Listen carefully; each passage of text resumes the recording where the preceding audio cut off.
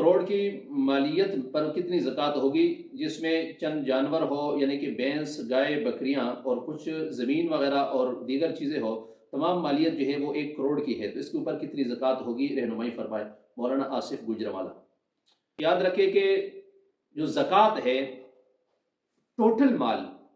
اس کو جمع کرنے کے بعد اس پہ زکوٰۃ نہیں ہوتی ہے، کچھ چیزیں اس سے نکالنی ہوتی ہے۔ مثلا جس طرح یہ 1 کروڑ کی مالیت ہے تو اس 1 کروڑ کے اوپر زکوٰۃ تو ہے، لیکن کچھ چیزیں اس سے نکالنی پڑے گی، ٹوٹل 1 کروڑ کے اوپر نہیں ہے۔ مثلا جانور ہے جو اپنے گھر کے اندر استعمال کے لیے دودھ کے لیے رکھے ہوئے، وہ جتنے بھی ہو، مطلب 2 ہو، 4 ہو، 10 ہو، جتنے بھی ہو،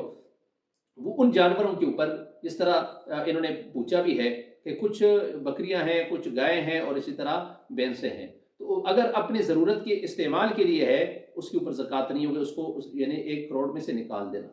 اور اگر وہ تجارت کے لیے ہے تو پھر اس کو نہیں نکالنا ہے، وہ سامان تجارت میں شامل ہے، لہٰذا اس کو 1 کروڑ میں شامل ہو لینے دے۔ اسی طرح وہ زمین جو تجارت کی نہیں ہے، جس سے کوئی زیادہ منافع تجارت کے طور پر وہ حاصل نہیں کرتا، تو اس زمین کو بھی اس کروڑ سے نکالا جائے۔ وہ مکان جس میں وہ خود رہائش پذیر ہے تو اس مکان کو بھی شامل نہیں کیا جائے گا، اس کے اوپر بھی زکوٰۃ نہیں ہوگی۔ اس کے پاس اگر کوئی گاڑی ہے تو اس کے اوپر بھی زکوٰۃ نہیں ہوگی۔ اس کے علاوہ جتنی چیزیں ہیں پھر حساب لگا لیں، اگر 52.5 تولے چاندی کے